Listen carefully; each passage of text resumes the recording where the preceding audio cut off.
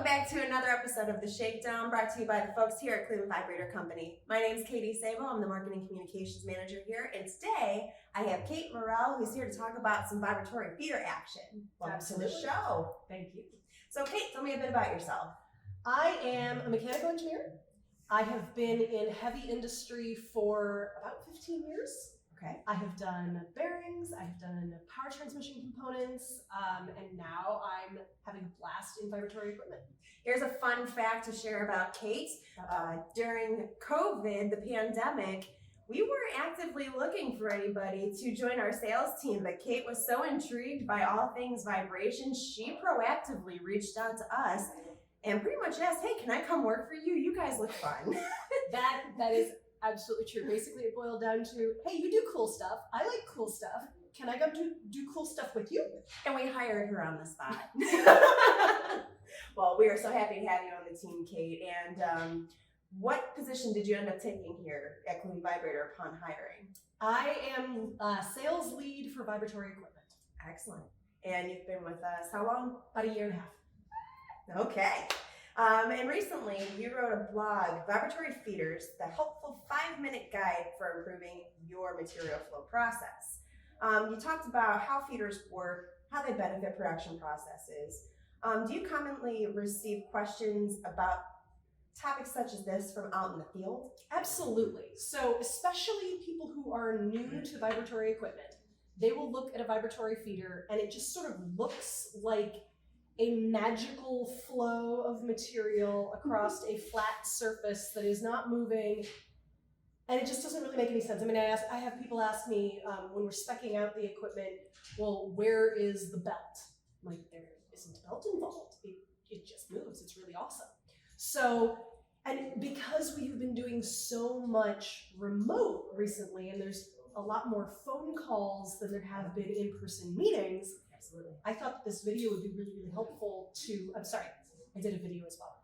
I thought the blog post and the video would be really, really helpful to sort of help explain how does that stuff start over here and somehow magically end up over there across a flat surface. So how does that happen? It's actually a bunch of itty bitty little hops. So the tray of the vibratory feeder has a vibrator drive. It can be one of our pneumatic air piston vibrators that we design and produce in-house. It can be one of our Urus electromechanical vibrators. Essentially, it's an electric motor that creates a vibratory force. But whatever the drive is, it creates a linear motion. And so you've got this tray that sort of goes like up and forward. It's going boom, boom, boom, and stuff hops its way down. It's a bunch of itty bitty little hops as things are getting tossed. But because the stroke, the amplitude of movement is so small in a lot of cases, it just looks like this material, like I said, is just sort of magically flowing down the tray. It's very cool. So how far can you hop? Not very far. Probably not going to be winning any long jump competitions. No? No. Me neither. I got short, stubby legs. Not gonna happen Exactly, for me either. exactly. 5'3", you're not going to win the long jump. So what are the common industries and types of materials that will be used for vibratory feeders? Where can you find these? They're used in a lot of different industries. So they'll be used in, say, steel making, Okay. or specialty material making, where the raw materials actually need to be, like, they're weighed out over here, and then they need to get into the furnace down there, and our vibratory feeder can feed that material very accurately from where it's weighed out and then move all of that material into melt pot, the mix hopper, whatever it happens to be down there. One of the really cool things about vibratory feeders is that they don't require any downslope. That's another question that we'll get a lot is, well, what kind of angle down is this thing gonna have? Because people are thinking, oh, it's just gravity and you're just sort of shaking it and then gravity pulls it down the tray. No, actually we can convey across a flat surface or sometimes even up at a very small incline. Really? Yes. Interesting. Okay. So we can move material fairly long distances with very, very little to no drop in elevation which is really important in some applications. So we talked about steel or specialty material manufacturing. This will be used in pet food manufacturing yes, of to course. move those. We've got a water softener application. I've seen Recycling, is that in there? absolutely. Thank you for mentioning that one. We'll have shredded plastic that'll get moved, or pieces that have been sort of crushed up that haven't been separated yet, and they just need to move them from one location to the other. Yeah. In recycling, say, circuit boards. I've got a plastic bottle recycling application. Heck yeah. Basically anything that needs to move from point A to point B, you can use a vibratory feeder for. One of the really neat things about it is because there are not really moving parts that are in contact with the material. Right. It's a really, really good choice for abrasive material. Okay, so when you talk about abrasive, what kind of material would fall in that category that our viewers who might not know the industry very well could associate with? So it could include silica sand. That can be very abrasive, sort of sharp little particles. A lot of the materials that go into steel making or other specialty materials, a lot of those component materials can be very abrasive.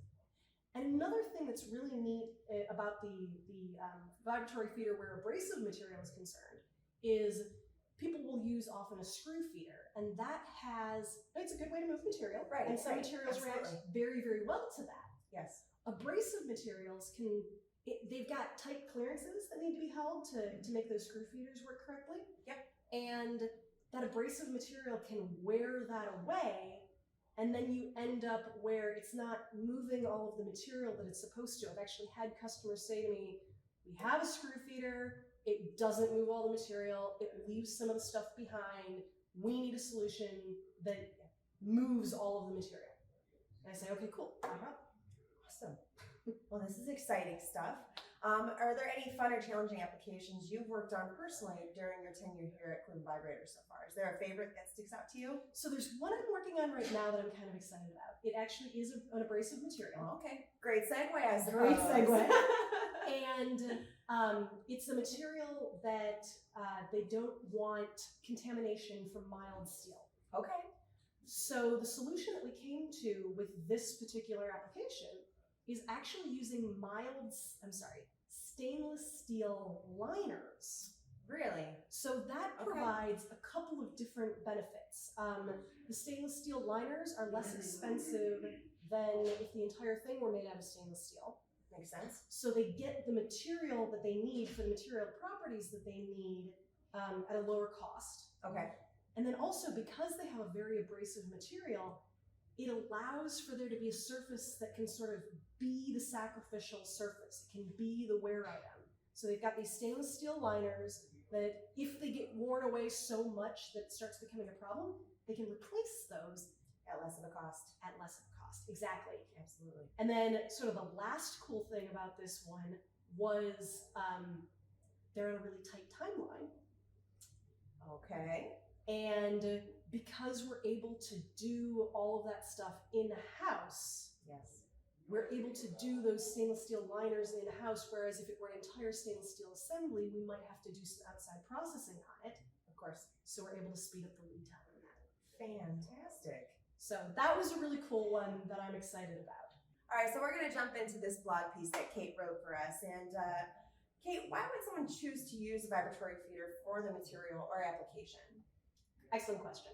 So we've already talked about a vibratory feeder being an excellent choice for abrasive material.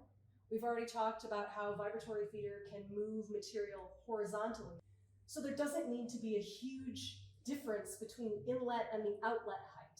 Okay. Another really important feature is the reliability of it, the repeatability in the flow rate. Absolutely, absolutely. Yes. I was talking to a gentleman at a steel production facility, and they have used other feeders in the past, but now they use Cleveland Vibratory feeders. Okay. And one of the things that they've noticed is they can control how much of their additives, of their alloys, are going in so precisely that their marketing team can market on having tighter tolerance bands on the chemical content of their alloy steel. No way. So they're actually getting pushback, good pushback, encouragement. Yeah. From the marketing and sales team saying there's a need for this. We want you to be able to tighten this up more and more and more. And that it was the Cleveland Vibratory feeder that allowed them to do that because it's got such a repeatable feed, such a repeatable amount of material moving through it if it's run for however long. Consistency is key. Exactly. Oh, look at that. A Cleveland Vibrator success story. We're really sorry to that marketing team for making more work for you, but at the same time, I guess I'm not all that sorry. You're welcome. Right? It's an added ability. Yes, Look at it that way. Yes. It's something that they can do now. Capabilities. Exactly. Skyrocket. Exactly. Sky's the limit. Oh, awesome. Thank you for that example. I was not aware of that success story, so I feel enlightened right now. So that's one of my favorite ones when people ask, like, how repeatable is this? I said, well, let me tell you. But wait, hold my drink. Sure. I love it. So when we're talking about the benefits of a vibratory feeder, what do some of the benefits include for our customers? So that is one, is the repeatability. Right. Another big one is the low maintenance of these. Yes. So the hard part about a vibratory feeder is all done here. It's in the design, it's in the specification, it's knowing what drive you need to put on it, yes, what the design of the equipment is like. Once it goes out the door, it's fairly simple. I mean, here's another example. Love examples. Love examples. Had a customer with a glass production facility, and Okay. they're using some recycled material and some raw material, and again, stuff needs to be fed correctly and to be mixed together, and their current vibratory feeder was not doing a good job with a very, very fine, cakey, powdery material. It was a little underpowered.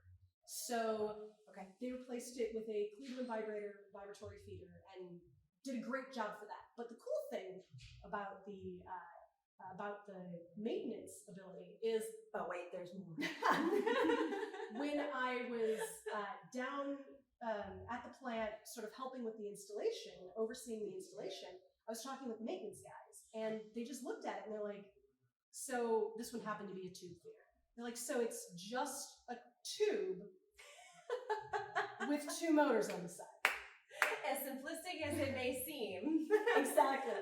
And I said, yeah, basically. And they're just electric motors with eccentric weights on them. I mean, again, the design that goes into that is incredibly complex. And the manufacturing of it is not necessarily simple. And knowing what you need and when to use it, all of that stuff. But at the end of the day, it's a tube with two electric motors on the side of it. And depending on the size, whether it's greased for life or needs periodic greasing, that's it. Yeah. Low maintenance, do some quality checks. Exactly. And you're good to go. Exactly. That's fantastic. And tube feeders are awesome. Vibratory feeders for when you need, your materials, they need to be protected from, environmental factors, or if dust is a problem with your material, that's a great option. Exactly. This one happened to be very, very dusty. Okay. So it was perfect because that tube is an enclosed body and you don't have all of that dust puffing out the top, and it just all goes where it needs to go, and everybody was delayed, including the maintenance group. Heck yeah. And sometimes some of your best feedback comes directly from the guys who are out on the floor. Absolutely. That is invaluable feedback. So thank you.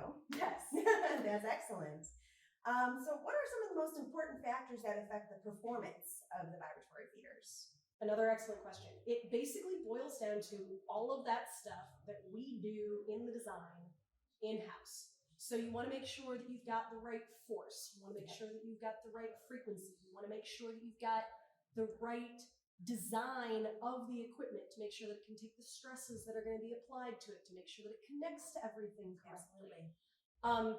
It's all stuff that there's a lot that goes into it, but we've got, it's 2022, we're pushing on 100 years of experience, almost 100 years of experience. We're at that 99-year mark. Stay tuned for the centennial. Is that what it's called? Centennial? Yes. Yes. So, as a company, obviously I do not personally have 99 years, but as a company, we've got a ton of experience to draw on in terms of what materials will react best to what frequencies, Right. what forces are necessary to get the speed of movement that we need, or if we were talking about our other products such as vibratory compaction table, to get material to pack down like it should. We've got all of that experience to often know exactly what we need. And in the cases where it's a material that we're unfamiliar with, we've got a test lab where we can test that material and figure it out. We do free vibratory testing because we find it very important to sell a result, not necessarily a list of specs. Right. And you need the equipment to do a job. You don't necessarily care about exactly what drive is on the equipment. You just need it to work. Right, absolutely. And that's why for material that we have any questions about that we're unfamiliar with, we can bring it, take a sample, get a sample from the customer, bring it in here, take it to our test lab, and figure it out. Right. And more often than not, the marketing team is around to film said testing, and we can provide that to the customers that they can actually see the results before they even place the PO. Exactly. And that's so important because you don't want to make an investment without knowing it's going to work. Exactly. So, and in cases where it doesn't make sense to bring the customer's material to us, we have rental equipment that we can send out to them. fantastic idea. Rental equipment, yeah. So that if it's a material that has a shelf life, often in food products, Right. Batters or frostings or stuff like that, where it gets mixed up and then it sort of needs to be baked quickly. We can send out test equipment for that, and customers can see. Again, I'm talking about more compaction now. I've gotten a little off topic. A little off topic, but it's okay. But still important. But it's another option for materials that we might not have 100 years of experience in. Right. All right. And, we were just talking about the product testing, and we also have a huge content library available on our YouTube channel, which you can actually see a lot of products that we have tested in-house with actual pieces of equipment that have been ordered and are about to be shipped out to our customers. So if you have a moment, go ahead to our YouTube channel, just type in clevelandvibrator.com. You can find it on our website as well. Plenty of things to watch. Our content team here is top notch. So hats off to them, because I would be lost without them. I'm looking at you, Zero. All right. Back on track with vibratory feeders. Why should someone choose to work with the Cleveland Vibrator Company over a competitor in the same market of vibratory feeders? Exactly, because we're not the only ones out there for sure. We are not. So one of the things that we just talked about was the experience that we've got and all of that customization that we can do for a specific application. And I want to talk about that specifically because for fabricated equipment, which vibratory feeders are part of our fabricated equipment, right? All of that equipment is custom made for us. Yes. So the good news with that is we can make it be basically whatever a customer needs to get the job done for their application. Yes. There are a lot of other companies out there that have a more standardized product line. Cookie cutter. And if that works, it works for some. It does. It does work for some. If it doesn't work though, and customers are finding that it's not the shape they need, it's not the form they need, it's not the function they need, whatever it is, fit, form, function, it's something's off about it. Yes. We have that ability to make it what it needs to be. And if I can mention, this is what attracted me to this company. Really? Exactly. It was the ability to make technical solutions, not just sell something off the shelf. Yeah, and that's the funnest part. I can also attest that I started with the company going on a decade ago. Oh my Lanta. Anywho, some of the favorite memories I have, especially as a newbie in the industry, not having any idea what industrial vibration actually does or where it exists in our world. The fabricated equipment, filming it, testing it was my biggest learning tool to figure out why it's important in so many different industries and productions. It's everywhere. Industrial vibration is everywhere. Yes. So I can totally agree and see why you were attracted, because it's fascinating stuff. It's very fascinating, and it's really, really cool and fun and rewarding Yeah. to be able to get people exactly what they need for their application, as opposed to saying, well, this is what I have. Here's a 12 by 36 feed tray. Have fun with it. Make it work. Exactly. Right. Exactly. So that's fun. Right. For those of you who might not know a lot about us, the Cleveland Vibrator Company has been around almost 100 years. And one of our biggest selling points as a company is we want to provide our customers an experience that they're not going to forget, and they know that they're coming to a reliable team.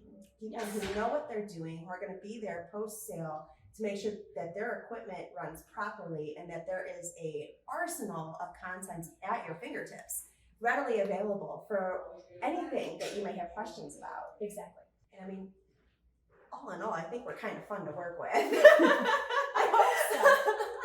We're kind of fun. We like to have fun while we're here, and work is certainly work, but when you're surrounded by people that have the same passion as you do to deliver to your customers what they're going to need, it doesn't feel so much like work. Exactly. You can get the job done and have fun.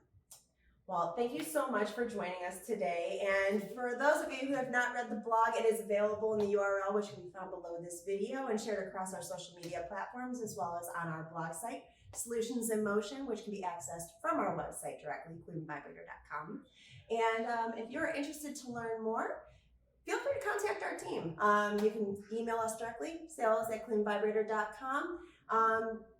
And other than that, I think that's all for today. Kate, thank you so much. Thank you. All right, till next time, movers and shakers, we'll see you later.